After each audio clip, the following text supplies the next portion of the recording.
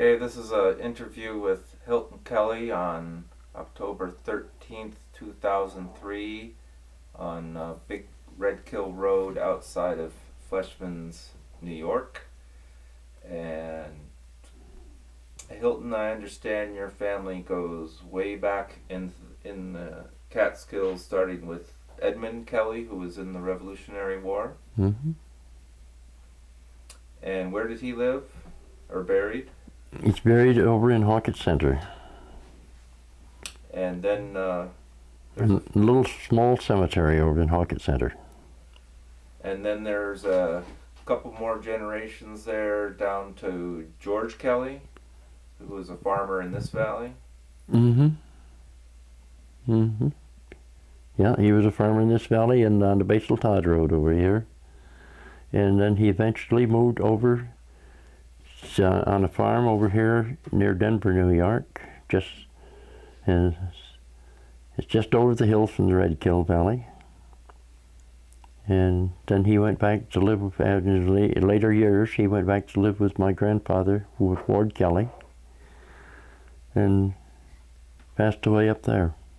And he had quite a large farm at one point? Yeah, just over in the Denver Valley, according to history, or genealogy, he had his sons there that I think it was Durwood, Delvern, and Cornelius Ward, the four sons. He had a dairy of 75 milk cows. Mm-hmm. They milked them by hand. Mm-hmm. And then his son Ward, he had a place up at the head of Red Kill here. Red Mm-hmm. Kill, and I understand that was quite a prosperous farm, or had a big barn and was quite a dairying operation. Barn was 100 feet long. Mm-hmm. Mm-hmm. Big barn. Mm-hmm. I'm not sure, but I think he kept in the neighborhood of around 30 head of cattle up there. Mm-hmm. Just him and my grandfather, grandmother, and of course my father would, when he was a young man, help milk too. Yeah. And then your father moved down the road a mile or so. 1 mile. Mm-hmm. To this hillside farm. Mm-hmm. Where you were born. Mm-hmm. Where I was born. Yeah. And you were born there, and he farmed there, and I understand that there's a few acres there, and then there was a larger acreage that he lived at, that he pastured or paid at the... Yeah, there was meadows and pasture land up about half a mile up the road. Mm-hmm. It's kind of an inconvenient farm because the house and barn was so far away from the main property, Mm-hmm. Mm-hmm. Mm-hmm. And then you were born there, and to your father Carson and mother Edith Kittle, mm-hmm.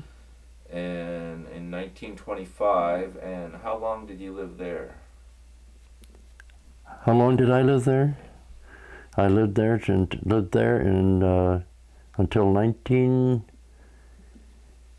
Stella, my wife, and I, we moved here in this house in 1953. We built the house here in 1952 and then moved here in 1953. And I understand from some newspaper article I read you met Stella in 47. Was it at a dance in 47 or something? Mm-hmm. Hawkett Center. Mm-hmm. And then you were married and lived in. We lived in my mother's part of my mother's house, and the further side of the house up there, my father and mother's house there. Mm-hmm. Yeah. Mm-hmm.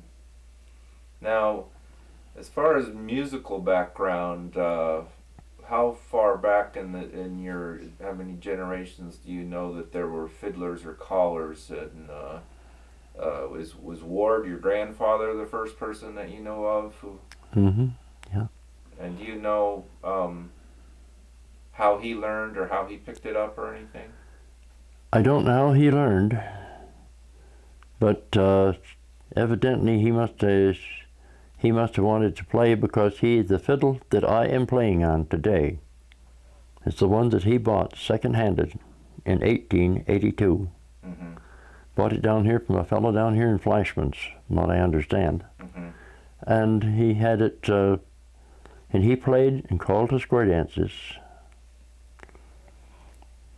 Played and called the square dances. I was, as far as I can tell, up until the, roughly speaking, probably around, I'm going to guess, probably around 1910. He quit playing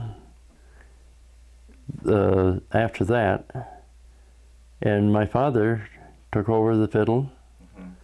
and he played and called the square dances, roughly speaking, till about 1930.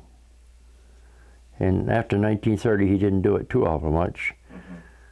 And I, myself, I started in as a kid, 12 years old, in Fleischmann School in 1937, when I was 12 years old, teaching local children in school out of, that was, you know, that lived around Fleischmann's and was going to school there.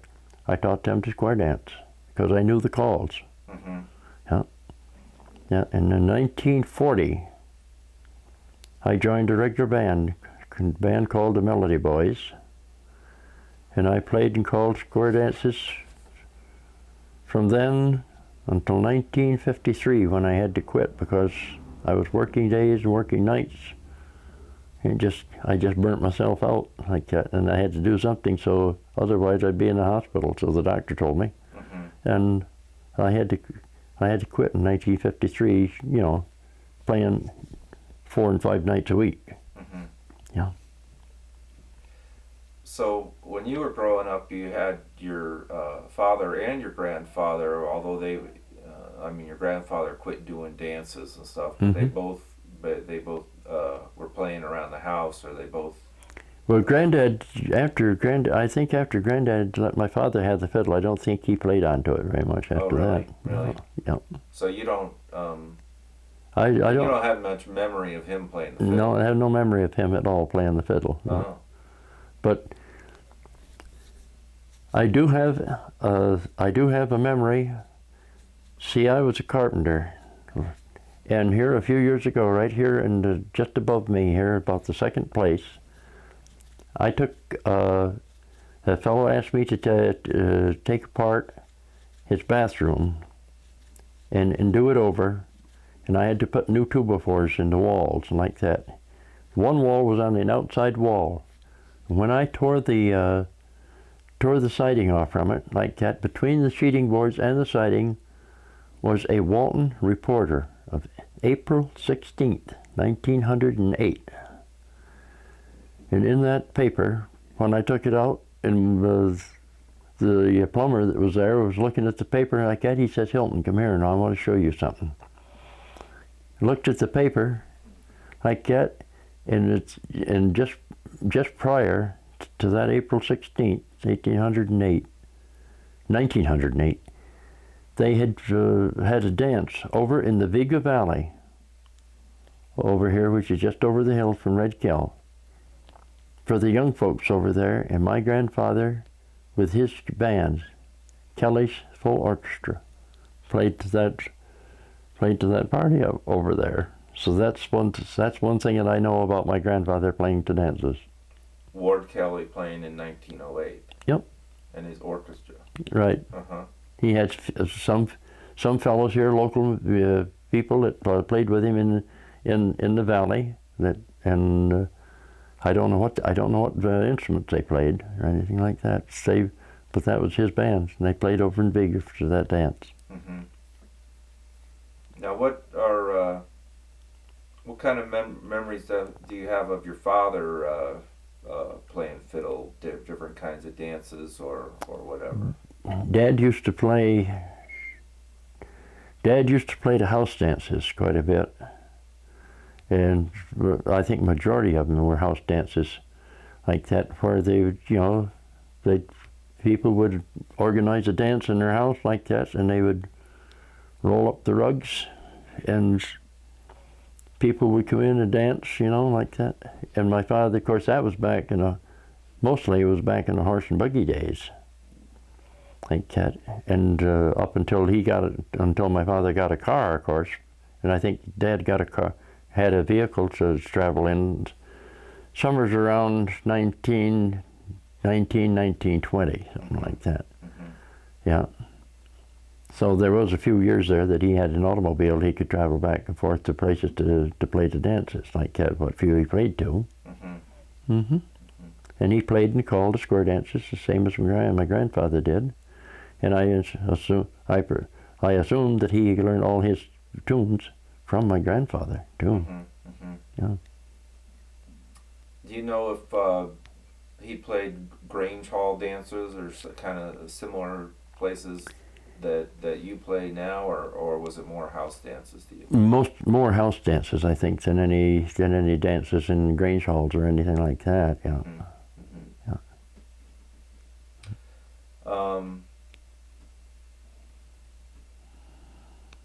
I'm not sure where to go right now. Well, I started playing with the regular band in 1940 with the Melody Boys. And I played in Grange halls, schools. I mean, used in different places like that. And any clubs around like that that wanted to dance on a Saturday night, they booked the Melody Boys like that. Of course, I was part of them, and I played to those dances. Did you learn to read music when you were learning, or was it all by ear? I started all by ear, yes, like that. And then when I went to Fleischman School, I was about 12 years old when I went from a district school here in the valley, and then went down to Fleischman School, and I started taking music lessons, and I learned to read music a little bit. But as of today, I've more or less kind of forgot that reading music like that. I can read music some, but I had an ear for it like that, and I could, in any music that was played, or anything like that, all I had to do was listen to it maybe about 3 times through. And I'd take the fiddle, pick it up, and play it note for note. Had an ear for it. Yeah. Would you say learning some of the fiddle came a little bit before learning dances, or were they pretty much about the same Oh time? yes, but I learned the fiddle before dances, because see, I started out with a tin fiddle, and that my father and mother bought for me when I was 5.5 years old. They bought it for me for Christmas, and I started to try to play on that like that. And of course, I wanted to play a fiddle, and it was just a short time, and I had taught myself to play on that fiddle. Matter of fact, I tuned it up to my father's fiddle, which is the one that I'm playing on now. And then I started, and you're playing on your grandfather's. I'm playing on grandfather's, and grandfather's fiddle that was handed down to my father, and then I finally got it. Right. And in 1931, when I was 6 years old, my great uncle, who was my grandfather's brother, Durward Kelly, he had a son who passed away roughly around 1900, and he had kept his son's 3/4 size fiddle all those years. And he came over helping my father put an addition onto the house up in here where I was brought up. He brought that fiddle over and gave it to me when I was 6 years old. And I was one tickled kid, and by that time I had grown enough in 1 year that I could hold it and could play it. And I could play, and within a couple of months I could play any tune onto it that my father could play. Yeah. I just had the ear for music. Now you said you had that one article about Ward Kelly and his orchestra playing in 1908. Mm-hmm. Do you know anything about when your dad played house dances and stuff? What other kind of band people he had with him? Did he have guitar player or piano player or banjo player or anything like that? You know that I don't recall. Mm-hmm. I don't recall who he had play with him. Yeah, Mm-hmm. he had a good friend of his that lived here in the valley, back when he was a young man like that. His name was Earl Shout, and he played the piano. Mm-hmm. So he might have been probably somebody that my father probably had that played with him at that Mm-hmm. time. Mm-hmm. You know, wherever people had pianos. Mm-hmm. You know. Do you have that your first tin violin around here at the house somewhere? Yeah, I have it here in the other room. Can we let's stop here a second and go get that? Sure.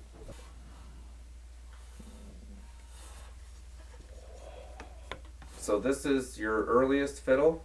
This is my first fiddle, my tin fiddle. Yeah. That I got when I was 5.5 years old. And it's tin painted brown. Mm-hmm. And that was lost for quite a while, and then it was Yeah. turned up. Yeah. Yeah.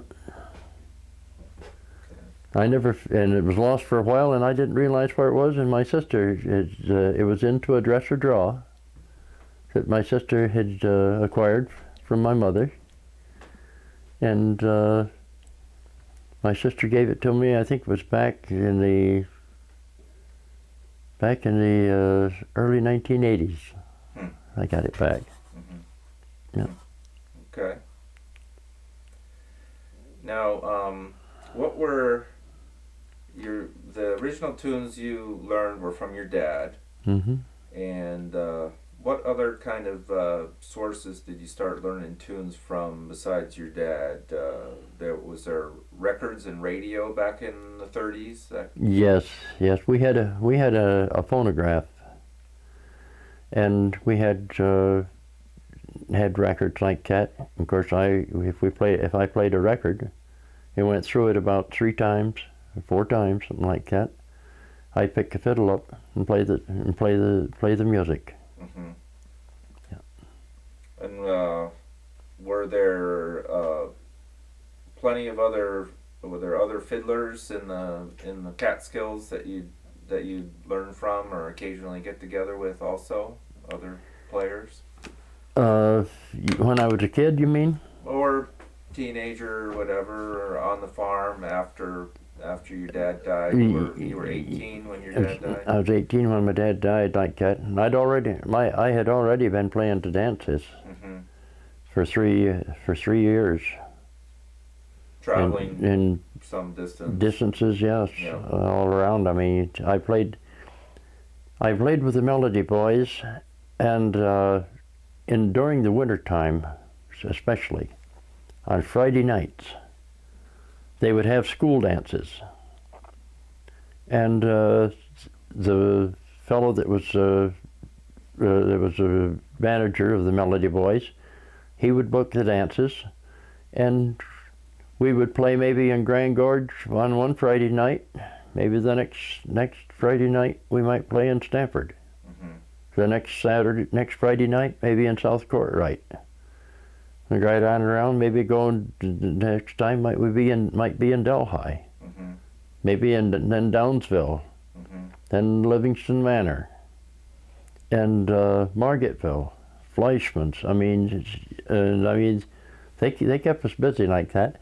Also, we played we used to play quite a bit in the Hawkett Grange Hall over here. Mm-hmm. On a Thursday nights. Mm-hmm. Yeah, and that's where I met my wife over there in 47. Mm-hmm. Yeah, that's the Grange Hall. You had had a break from living here during World War II? Yeah, I was about, altogether I was gone about 18 months. Mm-hmm.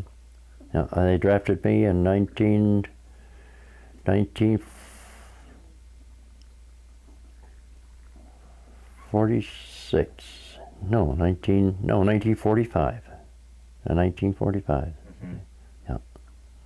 And I was gone from June 45 until I think it was out And I was discharged, I think, in December of '46.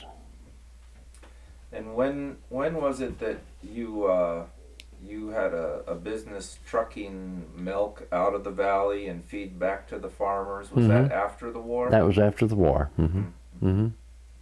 Yeah, after I come back home, I went back on the farm with my mother. And then after Stella and I were married in '48, I took over the milk route that was in this valley, like that, and I hauled the milk out of here from '48 until 1968.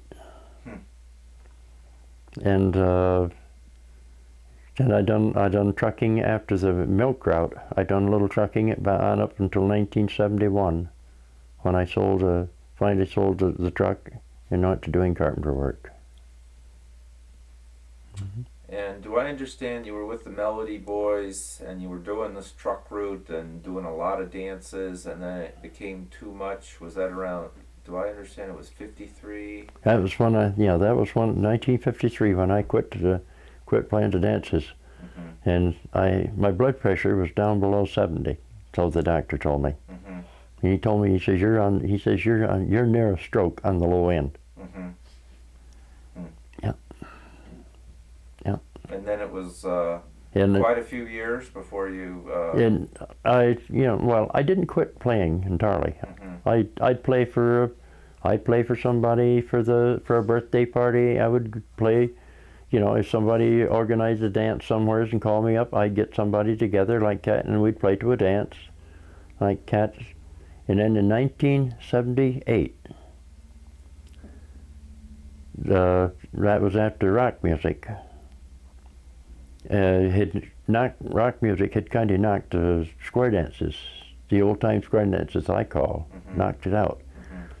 1978, New York State come out with a grant to bring back the old-time fiddling and square dance calling, the old traditional Eastern square dance style. And they had a seminar in Cooperstown, the Farmers Museum. And finally a lady got her father told her about me. She was a folklorist, and her father told me about it over here in Bovina Center. And he says, why? He says, I danced to Hilton music. He says, back in the '40s. He says, when he used to come over here to Bovina Center to the community hall, he says, and play. He says, call him up. He says, and see if he don't want to go up to Cooperstown. So I went to Cooperstown. There were other fiddlers and square dance callers that showed up there to that same seminar. And of course they interviewed us, taped us like that, so they had to find out whether I could play and whether I could call square dances, of course, and all of the others also. And then they said, all right, now they said, if you want to go back to your area and try to promote the square dances and bring the tradition back, we'd love to have you, because it's kind of a lost art right now. And so that's what I did. So I got started onto it like that, and then I organized another band like that. And of course, my wife, she plays, I had taught her to play piano, or play the chords on the piano like that, because I had learnt them chords on my grandmother's organ, pump organ, that she bought I think it was 1892. So that was at the farm at the head of the farm valley up the head of the valley like that, yeah. Yeah. So your grandmother played the piano for your grandfather. I don't know whether she played the piano or the organ for him or not. But she had the organ, so evidently she must have played it, because she had bought it back in 1892. I mean, when she was a young woman. Okay. So you have a local fiddle group here that was formed around that time in the late '70s. It's kind of has an odd name, doesn't it? Del Shenango Fiddlers? Yes. Yeah, I joined that. Delaware, Otsego, and Shenango County. They shortened the name to Del Shenango. That's to distinguish the counties that it represented. We belonged to that. Stella and I did for quite a few years like that. And then of course, I organized after the seminar going to Cooperstown. I started organizing a band like that, and I got a fellow that's the guitar player to play with me that I had taught to play guitar when he was 9 years old. He lived next door to me up here in the valley. Is that one of the Dons? Donald Irwin, yeah. And I taught him to play chords on a guitar when he was 9 years old. He lived next door to me up there, and he used to come out and sit with me nights. And I could play the chords on a guitar, and I taught him that. Actually, so he spent the time in the service, and retired from the service after 22 or 3 years. I think he was in service, and he came to one of our gigs that we had one time on a Sunday, and he said to I knew him. I said to him, he says, do you mind, he says, if I bring a guitar in, he says, play with you a little bit? And I said, no, bring it in. Well, he brought it in, and I had forgotten about teaching him to play the guitar. And he stood right behind me when we was playing at this gig, and I turned around and I says, gosh, Don, I says, I love the way you pick that guitar, he says, and play those bass notes onto it like that.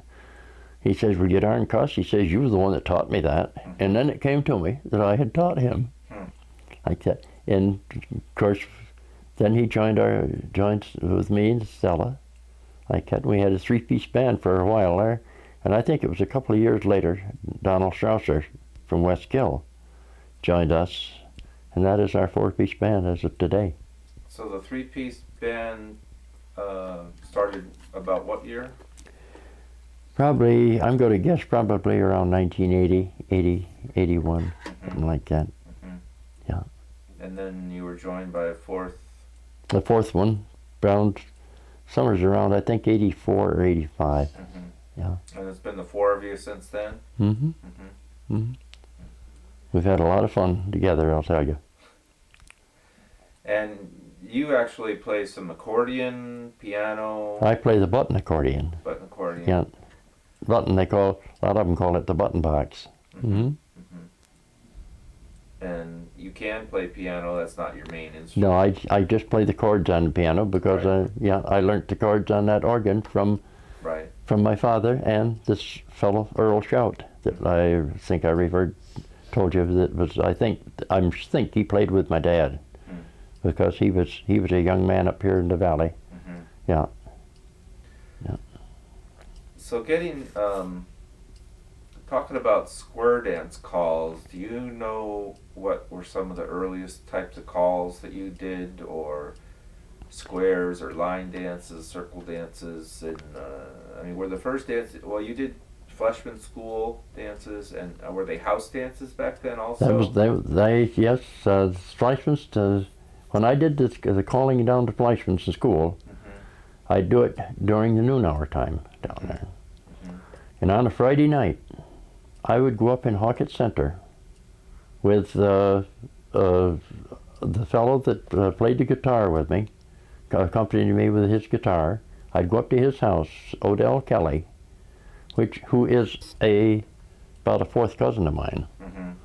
I'd go up to his father's farm on Friday night, and we'd go to first one house on this Friday night, then another house on the next Friday night, and all the young folks in that valley, and anybody from this valley that wanted to, would show up like that, and I would teach them square dances like that, which they were like, 12, 14, 15 years old, that neighborhood like that. And do you remember any of the dances you did back in those days? Was it any particular of the square dances? Was it Virginia Reel? Was it other? Never played any of the Virginia Reels then. No. But it was mostly square dances. No line dances that No, no line dances. No, just the square dances. The old Eastern style square dance. Yeah. Now, are those? I mean, I saw you perform yesterday, and you were doing a fair amount of singing square dances. Were those singing squares, or you say those other Eastern styles?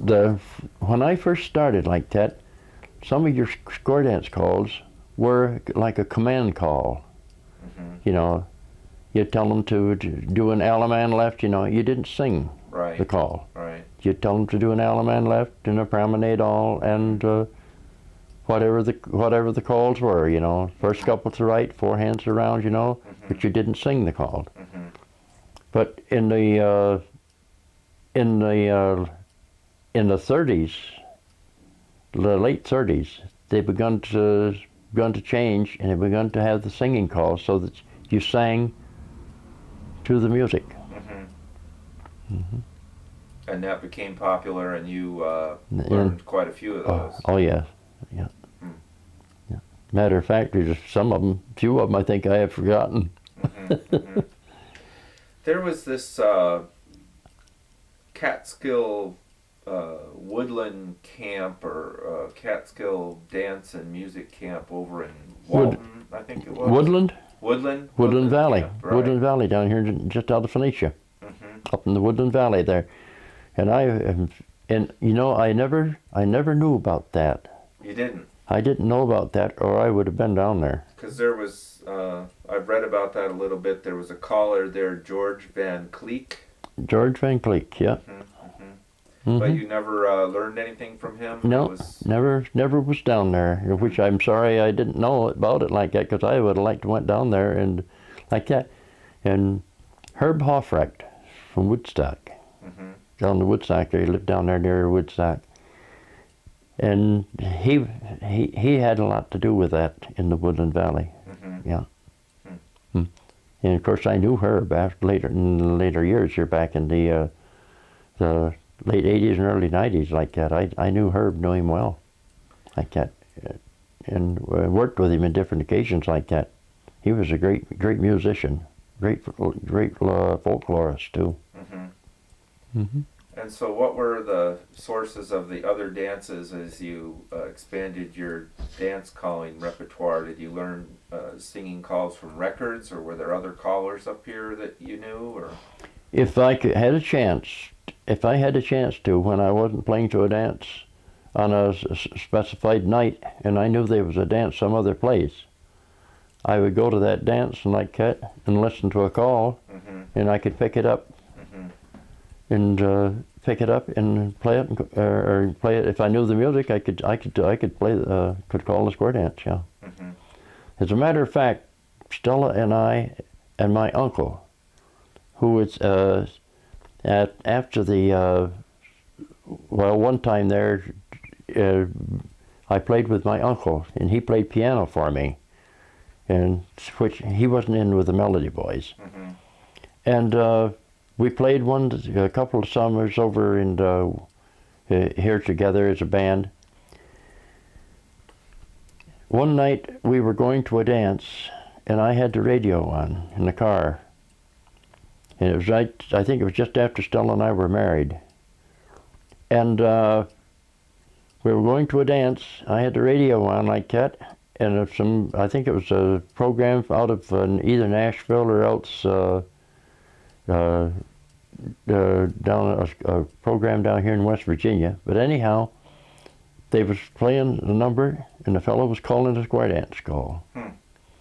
And I listened to it. And my uncle, who was riding with me in the car like that, he says to me, he says, "By gosh, Hildy," he called me Hildy. He says, "By gosh, Hildy," he says, "too bad you didn't know that number like that. Here's that call," he says, "that's a nice one." And I said to him, I says, "I'll call that one for you, the second one tonight over there at the dance." And he laughed, jokingly laughed, like, "Hey," he says, "yeah, I guess so." And I got to the dance, and the second number that I played on to the first square dance, I started to play that tune. He turned around on the piano, he says, "Oh no, you're not going to try that." I just shook my head, yes, I was. And I called it. And when I got through, he turned around on the piano stool and he says, "You damn little pup," he says, "you beat anything I ever seen in my life." Because you just picked it up from the Because radio? I picked it up from the radio like that and went to the dance and called it that night. Yeah.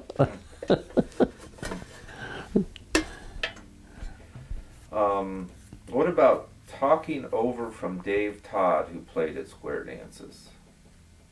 Dave Todd? Yes.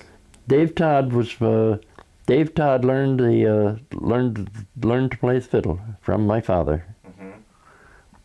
And he took over from my father when my father quit playing, to dances like that. Dave took over, and Dave played with the Melody Boys. Yeah.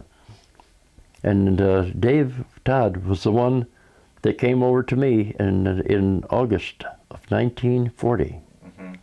He had a big farm over here in Denver. Now, he had burnt himself out playing to dances the same way that I had, because he was playing to dances nights and working on the farm. He came over. He was, of course, was good friends with my father and mother, him and his wife. They came over one night to visit, and he wanted to see me. And he said, "I want to talk to you about something." And I said, "What's that?" And I had just turned 15 the month before in July. He said, "I want you to take over," he says, "in my place," he says, "playing the dances." And I told him, I said, "You got to be kidding." He says, "No, I'm not kidding." He says, "You know just as many square dance calls as I do." And he says, "I know you can do it." He says, "Try it." And so I did. And I think it was either the next week or the second week after that that it happened. It was in August, and I know it was in August of 1940. I went over to, I think it was either Roscoe or Livingston Manor for my first square dance with the Melody Boys. I was a kid of 15 years old, and boy, I was a nervous kid, I'll tell you. Like that, because, I never had played called with a band like that, and done all of the calling. Yeah. But I went and done that. And from then on, that's when I was playing with the Melody Boys. Virginia Shear mentioned something about you doing dances young at Westkill. Oh yes, that's from in 1940. I mean, as soon as I took over playing with the Melody Boys, we played every Saturday night over in Westkill. Yeah. Yeah. When you went over to Cooperstown, the Farmers Museum, for this, when there was a grant to revive the old time music and stuff, did they 78. Did they tape record you then? Are there yes. Are there things on file there then? That I don't know where they would have that on file, but I know but they did tape it. They taped it. They had cassette tapes there, and they ran those cassette tapes all the while that we were playing and calling square dances, because that's what they wanted to know, whether I or anybody else that was there that day could play and could call the square dances. We had, I think one or two from up in the Adirondacks was down here at that same time, and they had 2 or 3 other fellows from this local area around Moniata that was there to Cooperstown also. I had a record from a fiddler in the Adirondacks, Lawrence Alder. Lawrence Alder? I don't know if you ever knew. Larry Alder. Yeah. And I don't know, but we might even have a record he had somewhere, don't we? Yeah, he had a record on Folkways, I think it was, out of Sharon, Connecticut. I don't know. Almost somewheres, I don't know where it is right now, but I think we have a record to put on a turntable from him. There was another, Grant Rogers. He's Rogers was a singer and fiddler. From Walton. And you're just... I never had an opportunity to ever meet either one of those fellows. Oh, really? No. Huh. No. Huh. Yeah. There was another one too that was their names were Woodhall. What, Floyd Woodhall? Floyd Woodhall. Old time band. Old time band, yeah. Yeah. Yeah. Did you And I go never- to any of his dances? No, or? I never got to go to any of his dances, which I wish I could have, because I could have learned some extra square dances there like that. Uh-huh. But I have been accused of calling square dances just like they did, like the Woodhalls did like that, because I am not bragging on myself, but I do have a clear voice for calling square dances like that. And when people are dancing, they seem to understand me pretty good.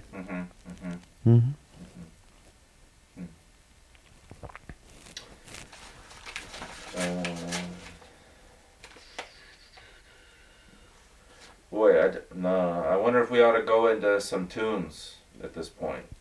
Whatever your father's tunes. Whatever you want to do, we'll try to play some of them, yeah. Yeah, when I was a kid and was learning to play on that tin fiddle, I would get up like in the morning, and I'd come downstairs after I got that fiddle, and I tuned it up to my father's fiddle. My mother came up to check on Tommy when she was down helping my father milk the cows in the barn. She came up one morning to go up and see if I was up, and when she got up to the house, I was sitting in there and was playing the tune on the tin fiddle like that, and she went back down to the barn. She said, "Well, Carson," she says, "we got another fiddler in the family." So. Okay. Yeah. So, introduce yourself and tell me how you met Hilton and Okay. when you were married, and then started with your piano playing. Okay. Hello, I'm Stella Kelly, Hilton's wife. Hilton and I knew each other for quite a few years before we dated, but I didn't pay much attention to him because he was engaged to another woman. So I just ignored that.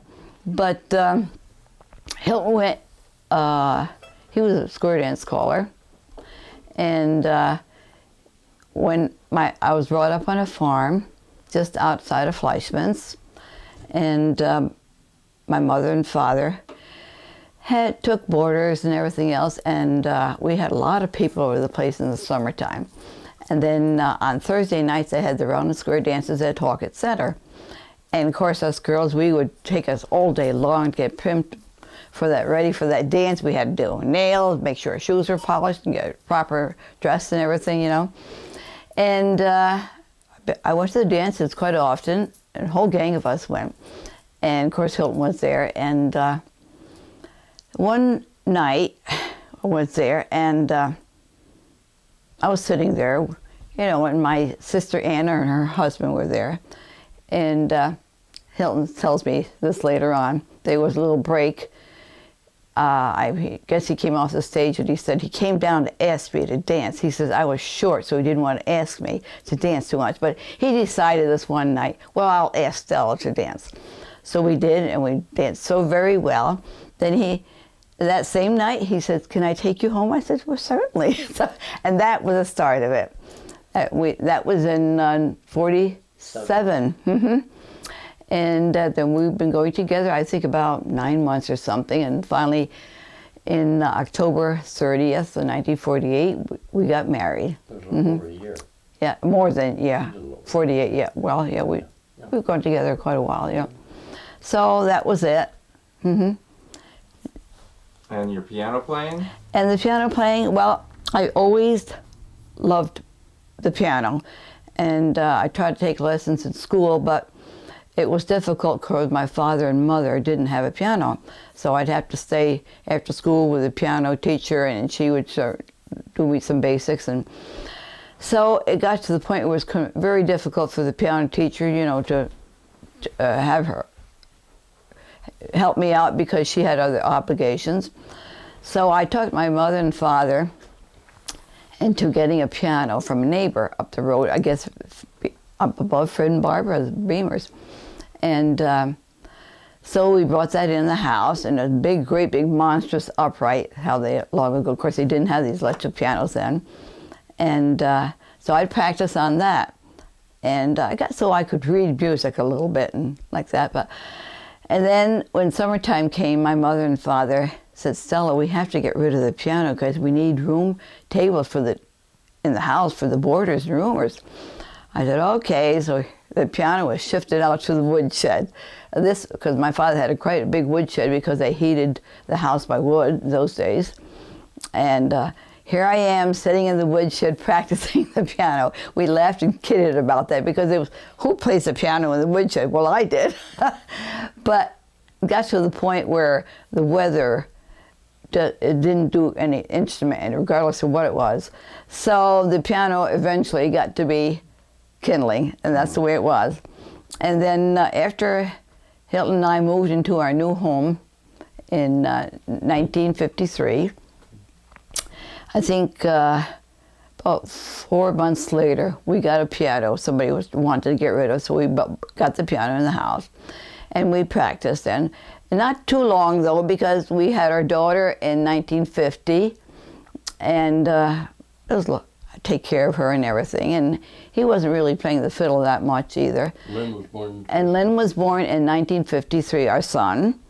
And so it got to the point where, how much time do you have to practice and play the piano and everything? You had to bring the children up like that. That was our priority too. I remember I got to be a substitute mail carrier, and I remember one time this one fellow from the post office was retiring. He wanted me to take the test to be a clerk. I said, you know, I'd love that, take that test. I think I would do good, but I don't want it because I want to be home with my children, not spend 8 hours a day there. And then those days, you know, it's different. The wife didn't have to work out and make as much living as they do today, so with the cost of living. So I didn't take the job, and we brought our children up ourselves. In fact, when I worked to help my mother out at the boarding house in the summertime, my kids were there too, and they all played with all the children from the city and everything. So that's what we like about it. And then Hilton and I did take our kids, after my mother and father didn't do the boarders anymore, we took our children camping. And that was the nicest thing we could have done. They loved it. They loved it. We were all over camping. We got a boat. We had a very good time. In fact, we're so happy now that children still talk about it, the fun they had in their camping days when we were younger, when they were younger. And Hilton was still drawing the milk, and it was funny. He came back from drawing the milk, and our daughter would say, Dad, we're going camping. He says, when? She says, we're all packed. Just put your truck away, we're going. And that was it. But they loved it so much. In fact, you know, it's something that you're glad you did with brought your children up with everything. So it's nice. Mm-hmm. Okay. Announce it as best you can, even if it's unnamed Carson tune. Yeah, this is. I'm gonna start playing some few tunes here that I can remember offhand today. Like that's tunes that my father, Carson Kelly, played, and I learned them from him, but I do not know the names of them like that. So we'll start off with a jig there that he used to play, and they're one of the first, usually one of the first calls of a square dance, like where there's 3 numbers to a square dance. This will be the first one. We know what you're doing. D.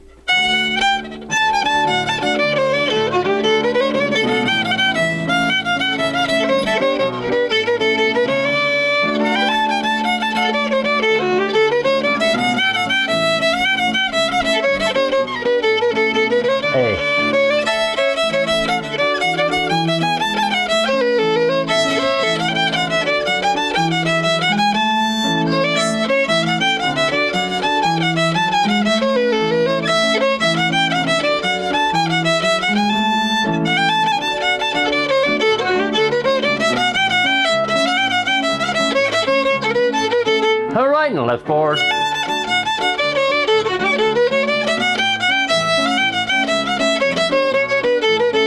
Balance forward.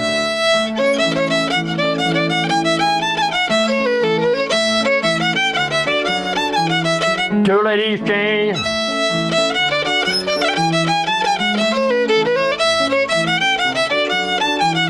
Now balance 4.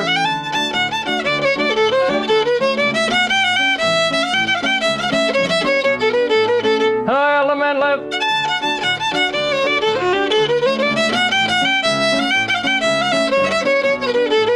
Paraminator.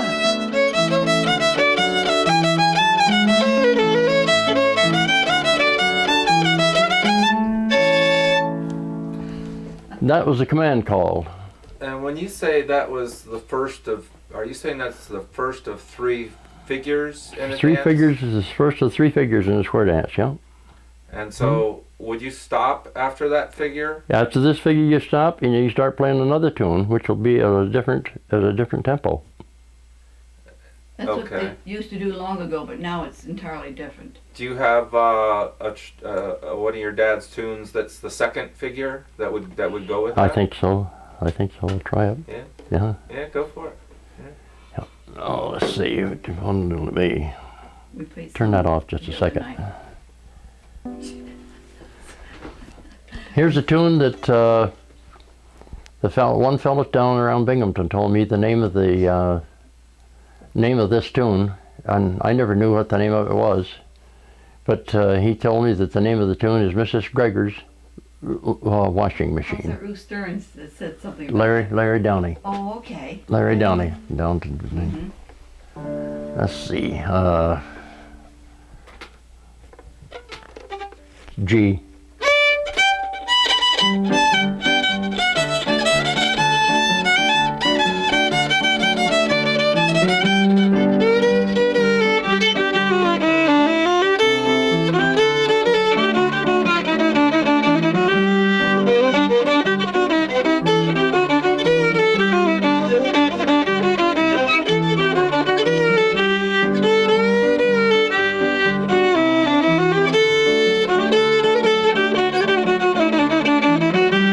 And first couple, you lead to the right and circle 4 hands around.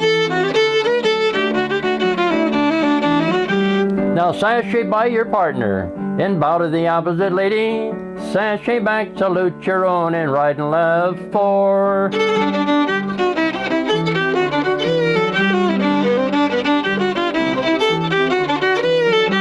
Hold to the next 4 hands around.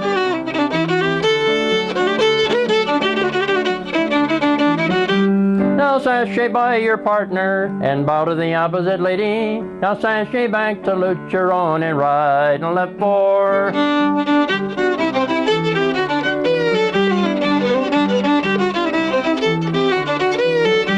Hold to the next 4 hands around.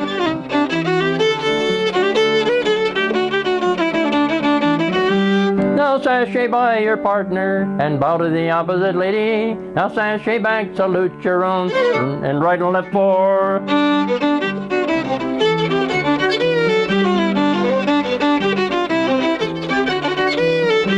Now everybody, you back to your place and you element left with a corner.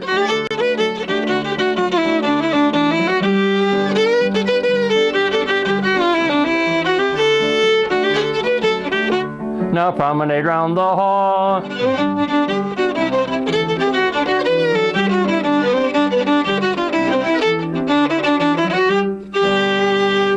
Of course, each one of them does it 4 times around, because each couple gets a chance to do this same call like Right, that. so- So I only played 1/4 of this Yep. number here. Yeah. Yeah. Huh. Yeah. Now, you think that was the second figure? of That was the 3? second figure. That would be Yeah. the second figure. Yeah. Yeah. Okay. Yeah. Do we have a third figure? Oh yeah, we got a third figure. You got a blinking light now. I'm at